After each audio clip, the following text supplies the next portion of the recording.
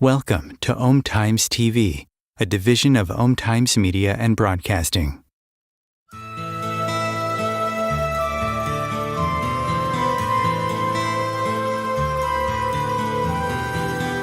Welcome to What is Going Om, for new thought from the edge of Om. Each week on Om Times' flagship radio show, veteran broadcaster, author, and media consultant Sandy Sedgbeer conducts thought-provoking interviews with inspirational authors, artists, musicians, scientists, speakers, and filmmakers who are working at the point where spirituality and science meet consciousness at the very edge of Om. Here is your host, Sandy Sedgbeer. Hello. Throughout the course of our lives, we read, hear, and speak billions of words, and we think we understand the purpose of language. But today, we're going to explore language in a whole new way as something that can not only awaken us to the possibility of multidimensional transmissions, but also reconnect us to the oneness that underlies all of life. Christina Donnell, PhD, is a clinical psychologist, a mystic, spiritual teacher, and author who studied Eastern traditions and the shamanic energy practices of the Q'ero Indians of Peru for nearly 3 decades. She's the founding director of Winds of Change Association, a Minneapolis-based educational organization offering programs that support humanity's evolving consciousness, and the author of 2 books, the multi-award-winning Transcendent Dreaming, Transcendent Dreaming, Stepping into Our Human Potential, and Encounters with Living Language, Surrendering to the Power of Words, which chronicles her 92 consciousness expanding encounters with language that she experienced between 1997 and 2015, which were inspired by a message from the invisible world. Christina Donnell, welcome. Thank you, Sandy. Thank you for having me today, that we can have tea together. And more importantly, thank you for this forum in our world for those who are voyaging in consciousness. It's very beautiful. Thank you. Thank you. You know, your entire life, I think, has been a preparation for the work that you're doing now. I mean, you've had mystical experience since early childhood. At the age of 6, you channeled a book for your first grade class about African American spirituals. That was based on your dreams, sitting on the lap of an African woman who sang to you. You've journeyed to other realities while living in Detroit during the early 60s. At what point of your far from ordinary life journey did you begin to understand that those mystical dreams and the illuminations that you were receiving were your initiation as a seer? Beautiful question. You know, I think I wrote Transcendent Dreaming in 2008, and it was in my early 30s where my lucid dreaming, which I call transcendent dreaming, it's a little different than lucid dreaming because you are one with the underlying intelligence of the universe, really becoming participatory in the midwifery of the unseen into the seen. And that exploded in my early 30s. I hung on by my fingernails to continue to see clients and do keynotes and do whatever. But it was at that time, because it was so intense, I knew to surrender to the dreaming, to the energy that was behind the dreaming that was unfolding. It'd be like surrendering to God. And that was in my early 30s, the beginning of saying, okay, this is a path forward. In my life, I don't have a choice about it. and I'm going to surrender into it wherever it takes me. You spent decades learning shamanic energy practices of Q'ero Indians, working with sorcerers and shamans of the high Andes. What attracted you to the Q'ero in particular?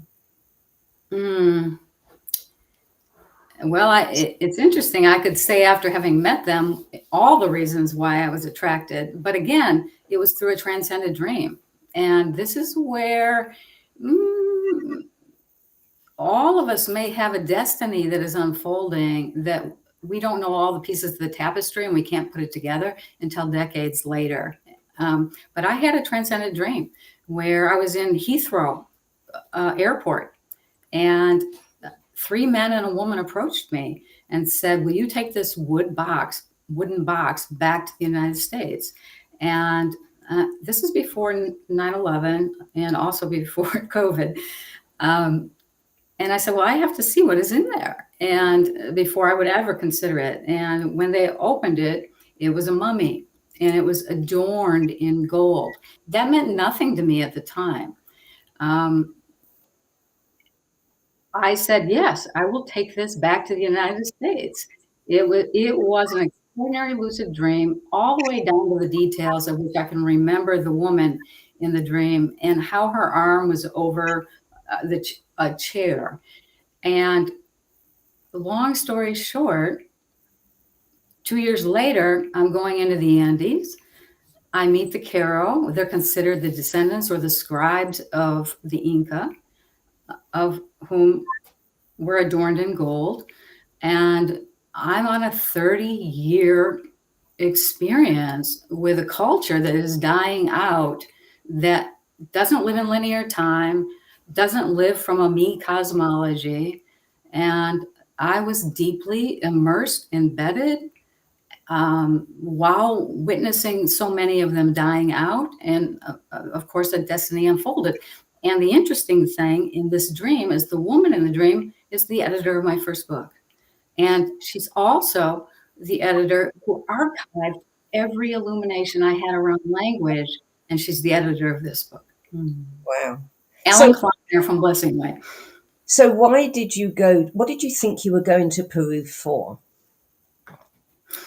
At the time, I was, again, early 30s, transcendent dreaming. I was disenchanted with Western medicine and psychotherapy as a clinical psychologist. I felt we were not addressing the soul or the spirit. Everything was about medical necessity, and it was becoming assembly line therapy.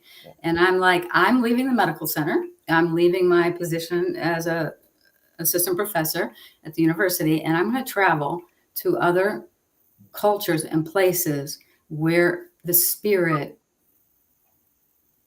is enlivened and lived in a different way. And so that was the beginning of the journey. What actually landed me in the Andes was I was a martial artist at the time. And of course, in martial arts, you're always looking at invisible energy, how to work with invisible forces in order to move energy. And I met a chiropractor who said, you might want to go to this retreat. It was a 3-day workshop. It was Alberto Violdo who had worked with the Q'ero. And I said, okay, I've never gone to a conference other than to be a keynote or a retreat. It's the only retreat that I've ever done in my life, but it was life-changing. And it made me go, I want to go see and experience these people. Did you stay there, or did you just keep going back and forward? I kept going back and forth, and I kept studying their actual shamanic teachings. And of course, the more I was immersed in the culture, the more they were showing me their shamanic teachings, all of which, the Q'ero, because of the altitude they live at, it's really monastic. It's above the tree line. When I first started going there, a plastic Ziploc bag was a novelty to them. They thought that was hilarious. They are a people who the energy world is first and the material world is secondary. And they experience everything through the felt sense in the body, not through conceptualized language, even though their language is very close to Sanskrit and the words resonate with the larger continuum of the earth. This is while you were in the Andes that you had a near-death experience when you got yellow fever, Yes. searching for your godson who was lost in the mountains, and you found him dead on a hillside. You Yes. should have died then. I mean, you were so sick, you should have died, but you didn't. Tell us what happened. And I would have liked to have died because I felt so sick at the time.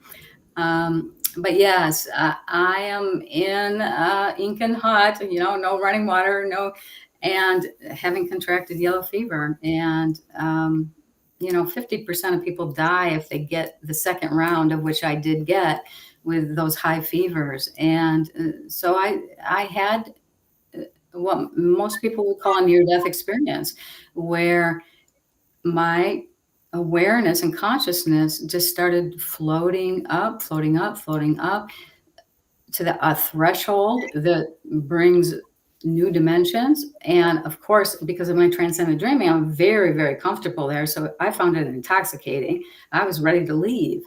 And in that moment of intoxication, body is on this side, the awareness is wanting to move into the next multidimensional realm. I heard the sound underneath the sound vibrating through my heart and my entire body. I am the living light behind the word. It is now time for you to do what you came here to do. Be the mouthpiece for language. And then I came tumbling back down into my body with the hammering headache associated with yellow fever. And it took me another 6 or 7 days of convalescing even to be able to stand and get on a horse to get out of the altitude and to the airport and back to the United States. And that message meant nothing to me at the time conceptually. I'm like, I don't even know what that means. In hindsight, I'm not surprised, because I've had an obsession with genius poets for many, many, many years, where I just read and absorb a line that transports my consciousness. So I have always had an interest in language. I just didn't understand what that message was from another dimension, really. So, what? I mean, you've said. Let me quote something you said, that your experiences of love, grief, and beyond, you came to perceive language all around, in and through your body and senses, on the song of the wind, the pages of Rilke, and through deep internal dives into stillness and light that you call illuminations, or privileged moments of expansion and insight. I have been a word person my entire life. Books are my life. I love words. I have never had an experience with words like the ones that you describe in your book. I want some of what you've got. You're going to have to tell us how to get it. But first, tell us what that feels like, having those illuminations, feeling those words in a whole other way. I mean, it's almost beyond anything I can imagine. Yes. And we will talk about your previous guest, because I listened to her, your interview with her about the new human coming onto the planet. And I do believe they have these capacities. But we who are older, I might be a bridge, but our perceptual filter and the way it is designed, it goes against having an experience with the word. Yet, Sandy, you have had an experience with a word.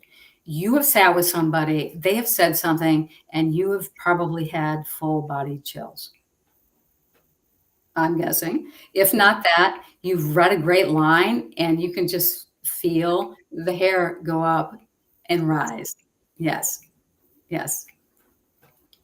So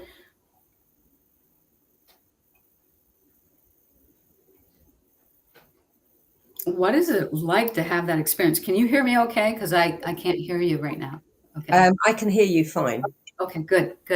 What is it like to have that experience Well, it is one, it requires the deepest receptivity of your inner sanctuary, your inner self, that you are capable of.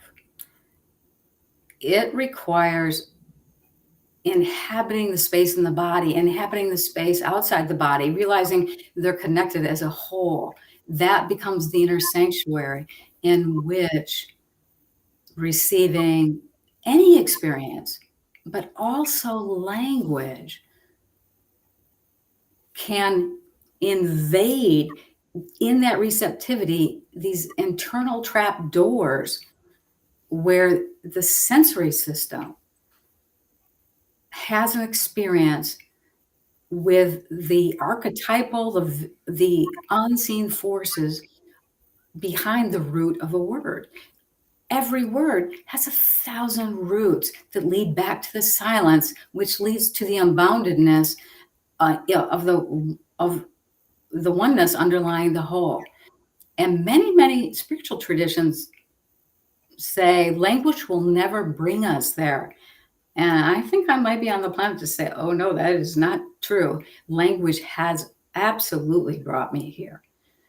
No spiritual dogma, through an extraordinary receptivity where once you embody the language, experience it in the body, the conceptual mind has to recede. That's the most difficult piece, because we just want to conceptualize, and then the word remains inert. It's not alive. But when the conceptual mind recedes and we deeply receive the experience of the word, like we would experience a lover, direct perception unfolds. The quality and structure of awareness shifts. One has to hang on. It's a roller coaster because you move beyond duality, us and them, conceptualizing, and into the quantum field, which is multidimensional and comes in through direct knowing. Is it the word or is it the sound?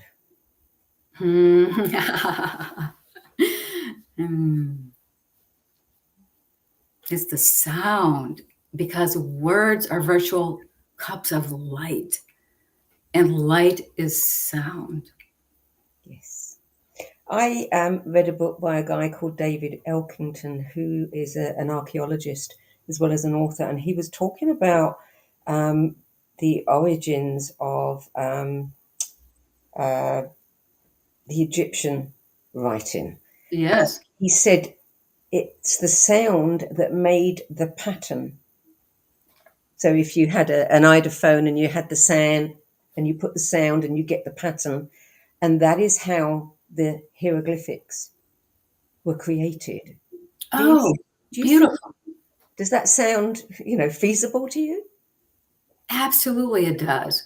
Because I do mention in the book, because of my mystical nature, I can never remember what I've written and what was in there. So forgive me for not quoting it exactly. But I do mention in the book an experience with an illumination with, I think, an indigenous woman from New Zealand who said, we are the dreaming pattern that sets the water in motion, Christina.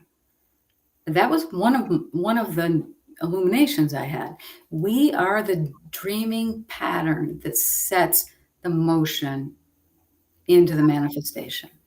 And you are speaking to that, because sound, if you play a piano and you place sand on top of the piano, as you play, the sand configures into the architectural sound imprint. This is how the unseen comes into the manifest, through sound. Yeah. So when you have an illumination, is it completely spontaneous? Can you plan it? Don't I wish I could plan it? I'm a Virgo. I'd like to plan everything. Oh no, they come from outside. They come unexpectedly. They're startling. The only consistent thing I could say is they come when my mind is more quiet. So the conceptual mind is, and I'm a long time meditator. So when my conceptual mind is quiet, it's really quiet, and that seemed to be the soil to which they would arise. But they did come from outside, unexpected, never convenient, and yet every single one of them thwarted my rational or my conceptual mind. I couldn't make meaning. It wasn't available.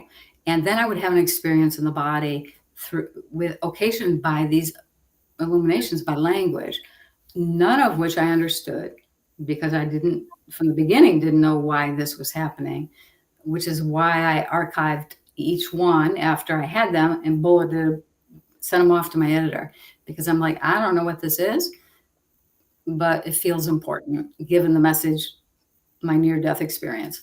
And it wasn't until maybe 20, probably around COVID time, 2020, that I said, there is a governing aim in these messages because they have consistently been changing the quality and the structure of my awareness without my conceptual mind being able to make meaning. So what is that? I mean, have you worked out what that quality or purpose is?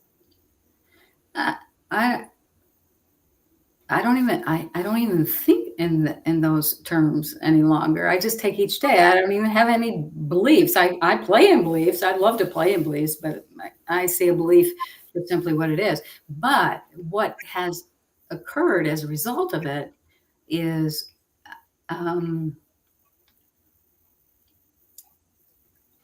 the living in linear reality with an us and them duality perspective is like, it's a mother language for all of us, but it is no longer my primary language. My primary language is unity consciousness, non-dual awareness, but not non-dual awareness from the mind, non-dual awareness through a participatory experience with the underlying whole. And the felt sense of that and the shift in the structure of consciousness embodied. And language is what brought this experience. I would say transcendent dreaming too. Yeah. But language. So when you write, writing is a different process. It is. It's the mental process. It's very. It can be something else as well, but you've got to make it make sense. You do. Is that a problem? Is that a dichotomy there? Well, it's interesting because I just even recently said to my editor, I'm so thankful not to be writing, because no matter how many calories I would ingest, I kept losing weight writing. Well, why was that happening? Because it wasn't just from my mind. And I felt that in the writing. I felt, what's it? You maybe even interviewed him. Is it Stephen Buhner, who we lost on the planet, who wrote Ensouling Language? He talks about for writers, the duende, the spirit, of absolutely embodying the spirit of where the word wants to move on the page and the narrative. And that is a full body felt experience. And I'm here to say that could be a weight loss program for most, because the entire body is in the writing, not just the mind. So how and why? I mean, these illuminations, why do you think they are coming to you? And is it something that you're doing, that you're seeking, perhaps unconsciously? Or do you think that they are a gift from a higher authority? Well, I don't make meaning. I just don't make, I just go, okay, it is, okay, Krishnamurti, it is what it is. And because I probably came in on the planet as a mystical temperament so early on, it's an avenue of the midwifery of the unseen into the seen that I just simply know so well. So is that a destiny? Well, I am 61 years old. Apparently it is a destiny. What does it mean? Well, I do think the collective consciousness is in this place of evolution, just like language is. And there is a crossroads and a threshold that is happening. And the time might be now. And I'm just simply a part of that crossroads and the bridge bringing the new human. Yeah. One more question before we go to break. You use the word illuminations. Mm-hmm. Do you feel illuminated after each one of these? And is that a progressive thing? Like, I'm more illuminated now because I've had another one. What are you getting from it? Yes. I would say you absolutely feel illuminated afterwards. And when the conceptual mind, being able to rationalize mind comes back online, there is a grief because it's an exquisite moment of being participatory with that which is larger. At the same time, when the conceptual mind comes back online, I'm like, thank God I have homeostasis in the body again. So and then it can last 3, 4, 5, 6 hours. And then the overhead power lines we live under is duality, linear experience. And I'm always thankful for that too, because in multidimensionality, all dimensions are beautiful. Duality is beautiful. Unity consciousness is beautiful. They're just different dimensions. I have to say, I mean, I read hundreds of books a year, hundreds of books. And, as an editor, I read them from several levels with several hats on. Oh, I bet you do. Something in your book that was definitely visceral. I wouldn't say I had an illumination experience, but there was something in your book that really caught my attention because you were trying to convey something and I was grasping the very edges of it, not able to have the experience itself, but to be able to imagine that experience. And that was very powerful. Oh, beautiful, beautiful. I appreciate hearing that. We're going to go to a short break now. You're listening to What Is Going On. I'm Sandy Sedgbeer, and my guest today is clinical psychologist, mystic, spiritual teacher, and author Christina Donnell. And we're talking about her latest book, Encounters with Living Language, Surrendering to the Power of Words. We'll be back with more from Christina Donnell after this break.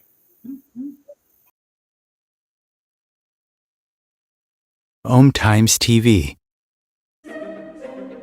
Imagine becoming a super influencer. Reinvent yourself, invest in your brand, and then manifest your success with a robust spheric approach. Om Times Media and Broadcasting offers a unique and multifaceted way to become the spiritual and conscious influencer you deserve to be by putting your message across our powerful platform with its proven record of integrity and excellence.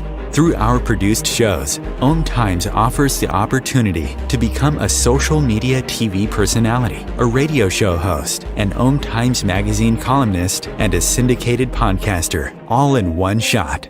By live streaming your show on Om Times TV and broadcasting it across the extensive Om Times radio and TV networks, you become more than a host. You become an ambassador and a force for positive change. Om Times. Open yourself to the possibilities.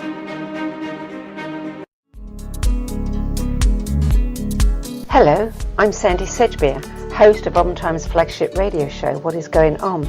And as an author, editor, and 13 times book judge who's read thousands of books and interviewed hundreds of authors, I'm constantly asked what's really worth reading and what's not. So I created the No BS Spiritual Book Club to help you save time and money by picking the brains of discerning names who have walked this path before you. There's no catch, no fees and no BS, just an ever-growing library of 10 best spiritual book lists from some of your favourite authors and teachers, plus free book excerpts, audios and video interviews with people like Don Miguel Ruiz Jr., David G., Lee Harris, Mark Nepo and more. From well-known classics to hidden gems you've never heard of, it's the only no BS guide to the best spiritual books to enlighten your journey of self-discovery. So why not join the club? Get inspired and save money at the nobsspiritualbookclub.com. There are 16 million children struggling with hunger in America. That's 1 in 5 daughters, sons, neighbors, and classmates who don't know where their next meal is coming from. Yet billions of pounds of good food go to waste every year. It's time we do something about it. Feeding America is a nationwide network of food banks that helps provide meals to millions of kids and families in need. Visit feedingamerica.org to help them feed even more. Together, we can solve hunger. Together, we're feeding America. Welcome back. Christine Donnell, you said that you have realized the, quote, unfathomable power of words, unquote, and that a word could conceivably influence the wholeness of creation. Well, of course, if we believe the Bible, it did. But expand on that a little.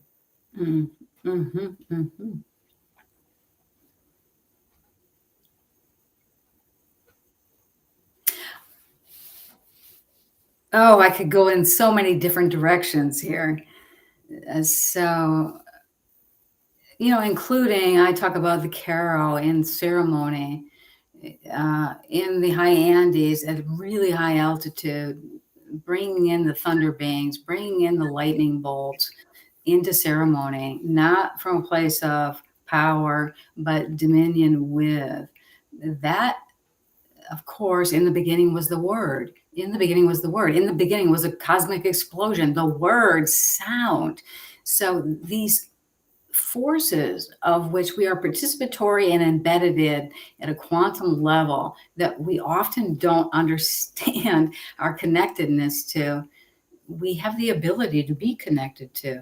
And the power of that connection can bring transformation. So that's one direction I would have gone. I would also say, remember Gandhi.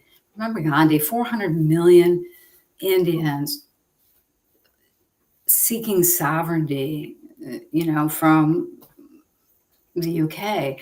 And when he would sit in prayer, the fighting would stop. So that prayer is a language that moves back into the silence, that has the power to have an impact in the invisible world. And then I would cite Maharishi, who speaks about the Vedic word, and that, yes, you have the meaning of the word, but then there's the experience of the word, and it's only the experience of the word that can bring you to the unboundedless. And when you come to the unboundedless, it's more connected, it's more connected, it's more connected. The word is no longer inert. Now it is alive. Do you feel that words have lost their sacredness? Yes, Yeah. I do, Sandy, I do. I feel this book has come out at a time where there is a degradation in language. And I don't know what that means, because I just have to do what I have to do. Yeah. But I do feel it's not, I'm not even going to say it's a small tributary. I'm saying it's a salmon pushing upstream to spawn. Maybe it's before its time, but it's not, because this is how things evolve. The soil is cultivated, and we're all just a piece of cultivating the soil. It's so interesting how the meanings that we hang on certain words change over times. Where suddenly take a word like wicked, which had a particular meaning to many of us, and yet to many teenagers, wicked is wow, it's good. Oh, right. And the words evolve, and I don't know whether that's a good thing or not, but we do see that words get loaded. And I'm very aware when I read media reports about certain incidents or people, I am very aware that a journalist is choosing certain words in order to turn the reader against that person. Yeah, I call that weaponizing language. Yes. Weaponizing language. Yeah. Yes. Yes. Yeah. And you said that ultimately the power of any word depends on the mindset of the person using it and the depth of interconnected embodied awareness from Yes. which it arises. In NLP, we understand that the only meaning a communication has is the interpretation that the other person puts on it. And that is because they are coming from their own experience. Exactly. How do you reconcile that? I reconcile that in this way. You know, I have taught for many years, and I feel complete in teaching because I don't really have a belief system I want to teach out of. And yet, I do not feel complete in sitting with souls. And and I think the reason why is because I can sit in their perceptual filter in how they're making meaning of life and just expand it and get it to breathe. And what I know is this in my practice of, so I've seen thousands, you've read thousands and thousands of books. I have sat with thousands and thousands of souls. I love sitting with souls. And I love being in their meaning making because I can just help it breathe for transformation, health, well-being, whatever it is they're coming in for.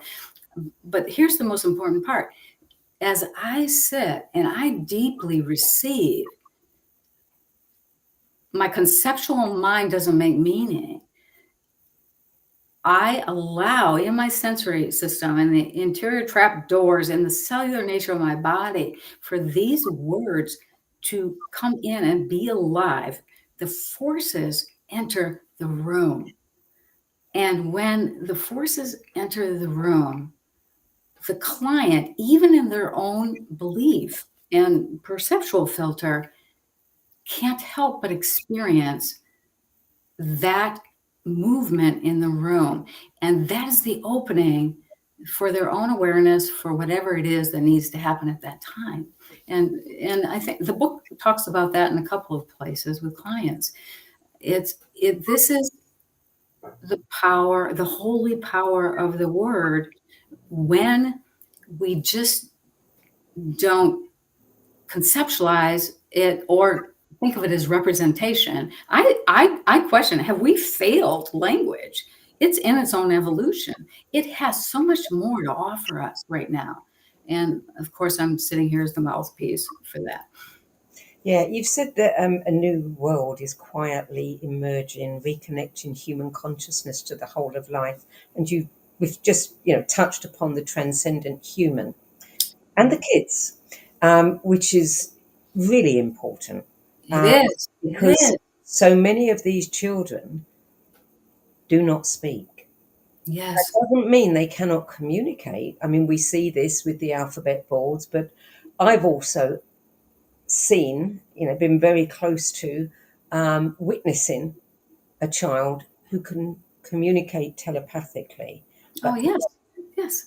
Yes. And I do think that these children are showing us something really important about everything, but also about language as well. And I know that you think that too.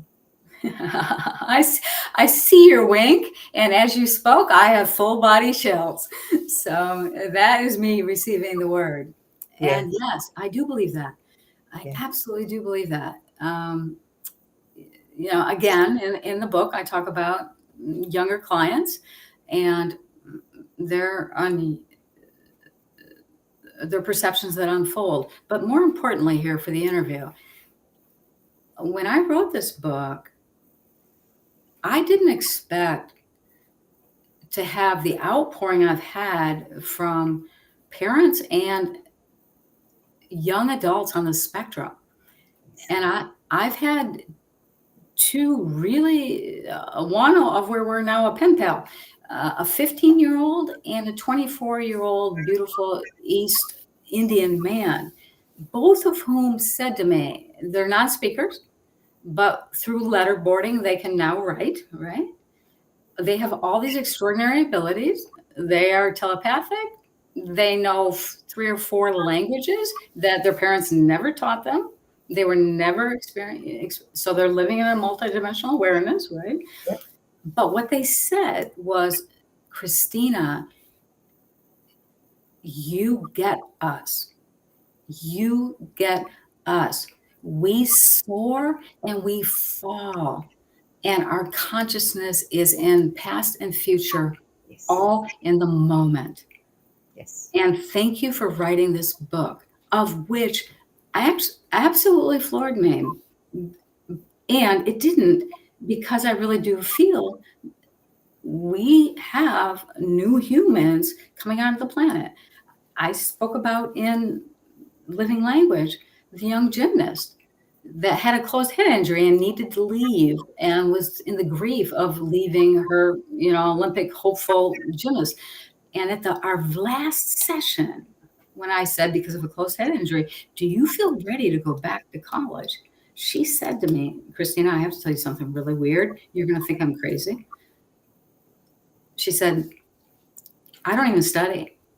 I take a multiple whatever test, and multiple answer test. And I just listen to the sound of each of the options. And the one that is most resonant with the question is the truth. And I said, well, what do you do when you have to do it like a writing? And she's go, oh, it's the same. Like the question, I just write that I can feel the sound underneath that is connected to the question. And she said, I know that sounds really weird.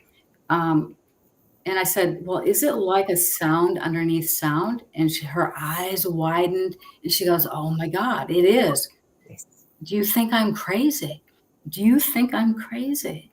And I'm like, oh, I think you're going to do just fine in the world. Yeah. And, some of this gets dismissed as synesthesia. Oh, yeah.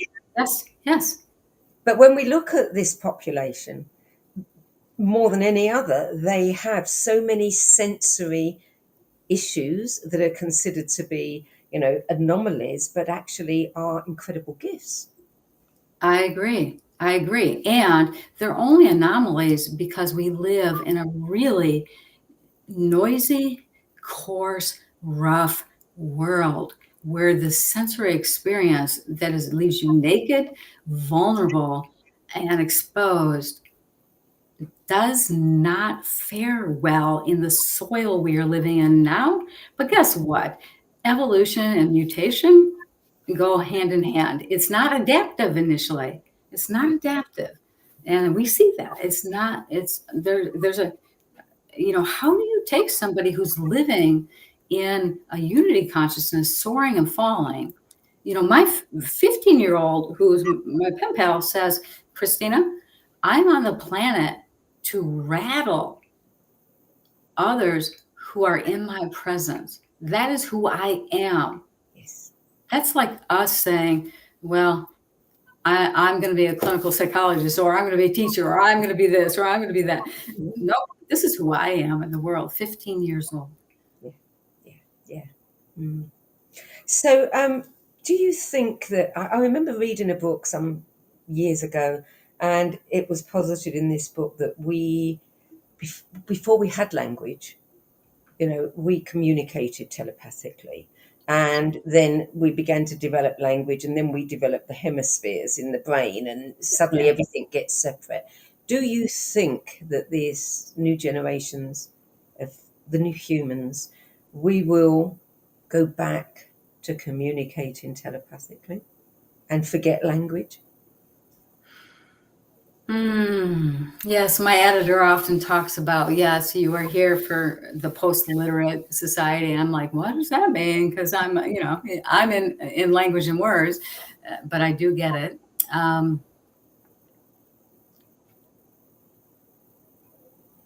I love the mystery. I love the unfolding. We never know what direction it's going to take. I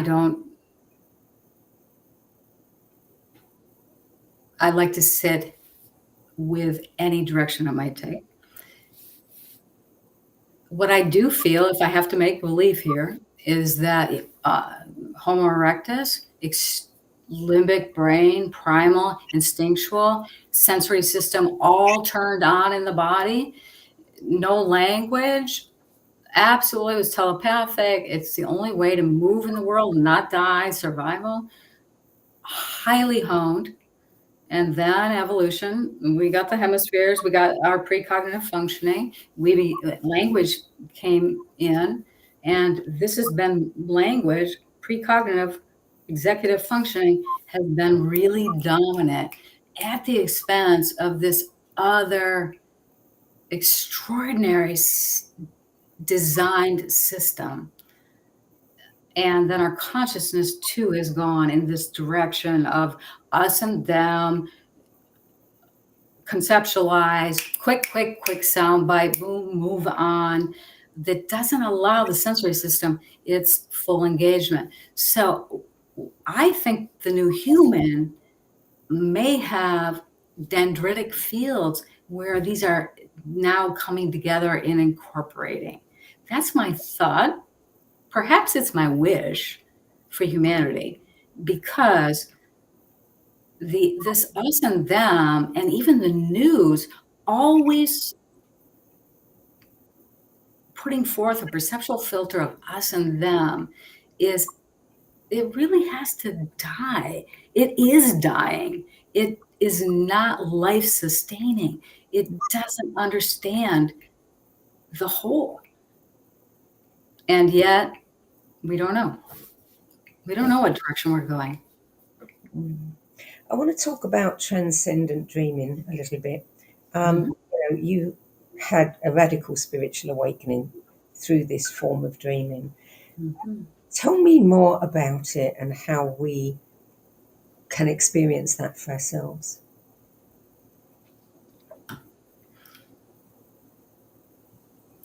It'd be easier to talk about having an experience with a word than with transcendent dreaming, because I had major publishers who wanted a how-to for transcendent dreaming, and even with an agent who was very upset with me because I said, she was like, Christina, how could you not entertain a how-to? I'm like, I have no idea. I don't understand how it works. And I've been a teacher for 30 years, but I don't know how to teach this. It's a gift that is a way of consciousness where transcendent dreaming, you awake within a dream, and it goes beyond lucid dreaming, where you're the witness and you can control the dream. You can't control the dream. You are one with the dream, and you become one and participatory with the oneness under creation. And so in those dreams, they actually manifest in the physical world because of that place. I don't know how to teach that. Would you? But I do think it's part of our human potential for sure. Yeah. Do you think that, sometimes we have dreams where all our senses seem to be engaged? And, I've had a dream where my departed dog, I could feel myself stroking his fur. It was as real could be. Would you call that a transcendent dream? I would. Yeah. I would, because you're in the felt experience and you're participatory within it, and you're awake within your dream. Yeah. That would be the definition of a transcendent dream. It's beautiful. It's beautiful. Okay. You say that extraordinary experiences with language have led you to a destiny of incarnating the eternal in temporal time. That stood out for me because I'm trying to work out what that means. What it means. Yeah, what state was I in when I wrote that, right? But I believe it to be true. I believe the eternal is nothing other than quantum reality. And right now, because we live in a linear duality consciousness, it doesn't allow for the quantum reality where there's entanglement and participatory and awareness of where it's all connected. And they're just different realities, different dimensions. And Sandy, I've always said, wow, quantum physics has been here for, I don't know, 100 years, and we have not made a dent in the consciousness that resides within us. With, at the end of the day, are we living in a linear dual world and we've embodied it? Yes. But guess what? We are embedded in a part of the quantum soup, which every cell of our body is made of that too. And why has that not awakened, or is it slow to awaken? This book is a part of that awakening because it's just another language. And it absolutely will rock and shift how you move in the world. So yes, it requires endeavoring, voyaging in consciousness, endeavoring, giving up an old, learning a new language. You have written about dream states and the dreams that you've had, which then have manifested in the world. Do you think that you are having a predictive dream, or do you think you are dreaming something into being? Wow, no one has ever asked me that question.